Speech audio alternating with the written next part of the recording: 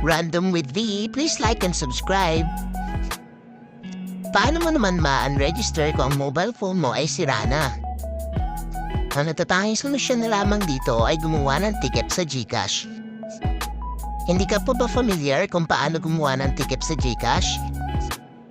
Paalala, huwag basta-basta maniniwala sa mga nagbibigay ng email na nagtatapos sa gmail.com para makakuha ng support. Ang official support channels ng GCash ay help@gcash.com and 2882. So ito na nga kung paano gumawa ng ticket sa GCash. Pumunta sa official help page ng GCash, help.gcash.com. Maaari mong buksan ang website na ito sa computer o di kaya sa mobile phone mong bago or humiram sa family or friends at i-type lamang sa browser ang link. Pindutin ang chat with Gigi. Piliin ang I'm getting the prompt. You already have a registered phone.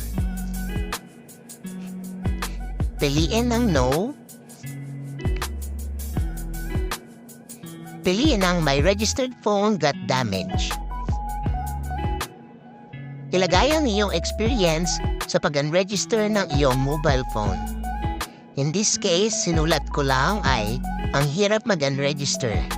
Then click the arrow para mag-send. Piliin ang show form.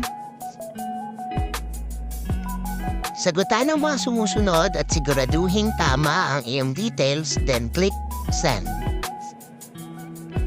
Pagkatapos mong mai-provide yung mga details na hinihingi kanina, makikita mo ang thank you window. Pindutin ang select file at attach any valid ID from the list below. Pindutin ang submit file. Once makita mo na ang file successfully uploaded, maaari mo nang pindutin ang return to chat. Last step is to send a selfie with your valid ID. Pindutin ang select file.